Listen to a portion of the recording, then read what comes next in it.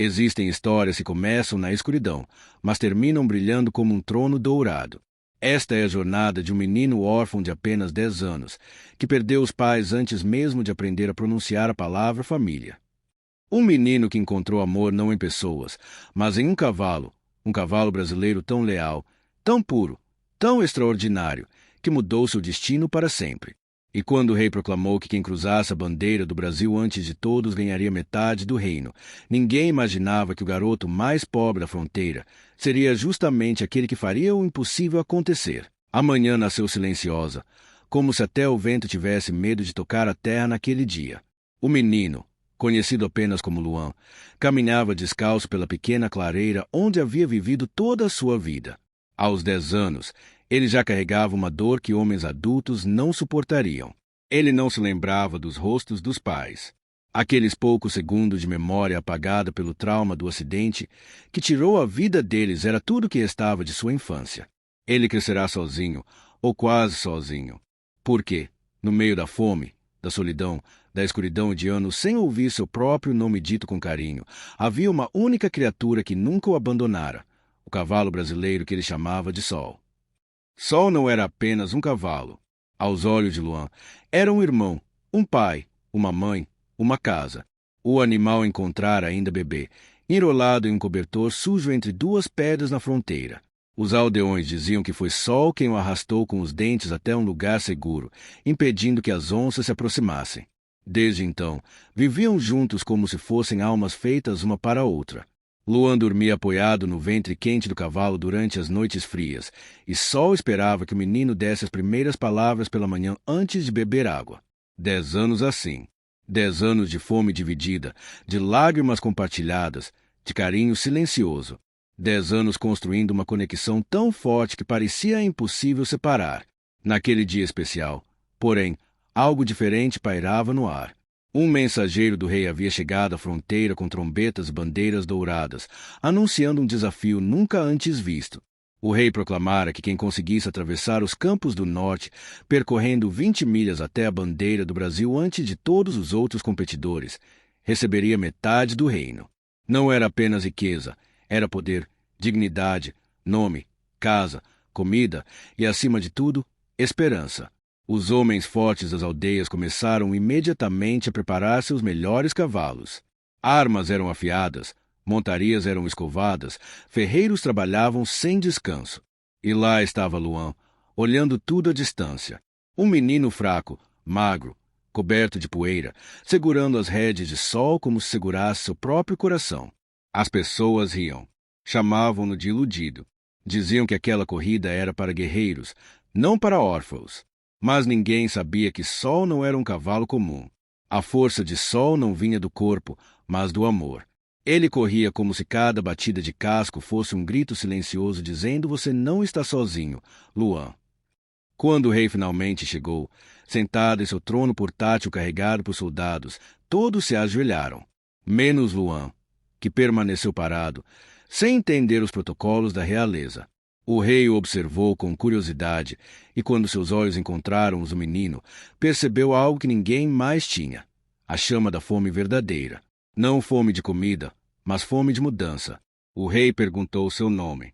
Luan hesitou. Fazia tanto tempo que ninguém o chamava por nome, que nem sabia se aquele ainda era o nome certo. Ele respondeu baixinho. O rei sorria de canto. Não zombava, analisava. E então olhou para Sol, o cavalo que brilhava como se tivesse sido moldado pela própria luz do amanhecer. O rei levantou a mão e declarou que todos, nobres, guerreiros, generais, fazendeiros e até órfãos, tinham permissão para participar. E naquele instante, a vida de Luan começou a mudar. A noite antes da grande corrida pareceu mais longa que todas as noites que Luan já havia vivido.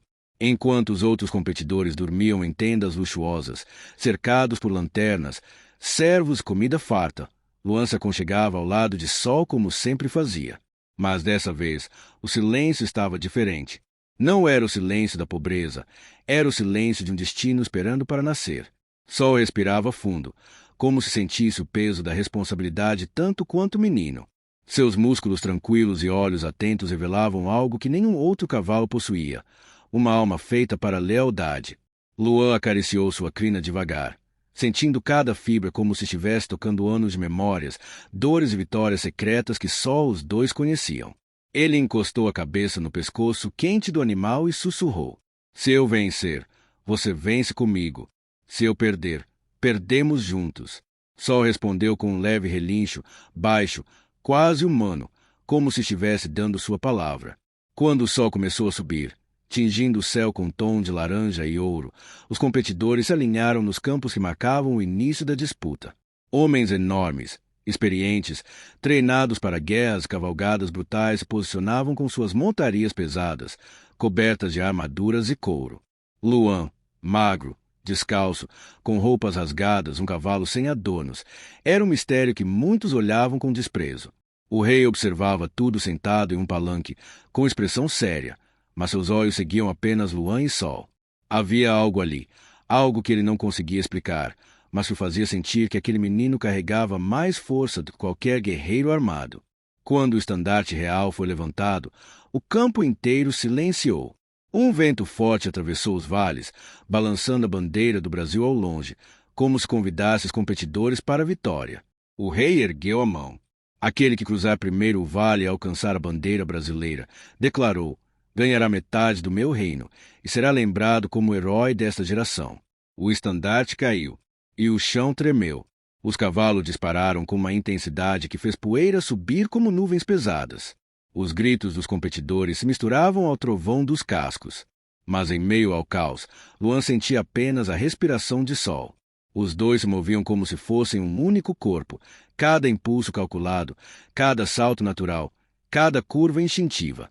Era como se Sol estivesse lendo o coração do menino. Os outros cavalos eram rápidos, mas nenhum tinha a alma livre que Sol carregava. A corrida atravessava campos estreitos, riachos gelados e trilhas de pedra que faziam muitos cavaleiros perderem velocidade. Mas Sol corria como se conhecesse cada centímetro daquele terreno, porque conhecia mesmo. Ali era sua vida, sua casa, seu mundo. Cada lugar marcava um dia de luta que ele e Luan haviam vivido. Quando metade da corrida já havia passado, dois dos competidores tentaram bloquear Luan, irritados com o fato de um órfão estar à frente. Eles desviaram seus cavalos para encurralá-lo, empurrando lama e poeira em sua direção. Luan quase caiu, agarrando-se à crina de Sol com toda a força. Mas o cavalo, percebendo o perigo, fez um salto rápido para a direita, escapando com precisão impressionante. Vai, Sol! Luan gritou, sentindo o coração explodir dentro do peito. E o cavalo respondeu como se tivesse guardado energia para aquele exato momento. Ele acelerou. Acelerou como se estivesse voando. Seus cascos mal tocavam o chão. A distância entre Luan e os dois cavaleiros cresceu como se uma parede invisível tivesse sido levantada. Logo adiante, a bandeira do Brasil balançava ao vento, tão perto e tão longe ao mesmo tempo. O vale se abria como um mar verde, e o sol iluminava tudo com uma luz quase divina. Luan segurava firme, com lágrimas acumulando nos olhos. Não eram lágrimas de medo. Eram lágrimas de tudo que ele havia suportado até ali. Fome, solidão, frio, vazio. Mas naquele momento, nada disso importava. Ele não era mais um órfão. Não era mais um menino perdido. Ele era o dono de si mesmo. O rei se levantou quando viu o sol avançar com uma velocidade que nenhum outro cavalo conseguia igualar. Os competidores atrás gritavam, empurravam, tentavam desesperadamente alcançar, mas era inútil.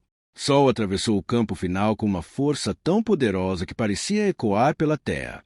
E então aconteceu. Luan e Sol passaram pela bandeira do Brasil. Primeiros, sozinhos, invencíveis.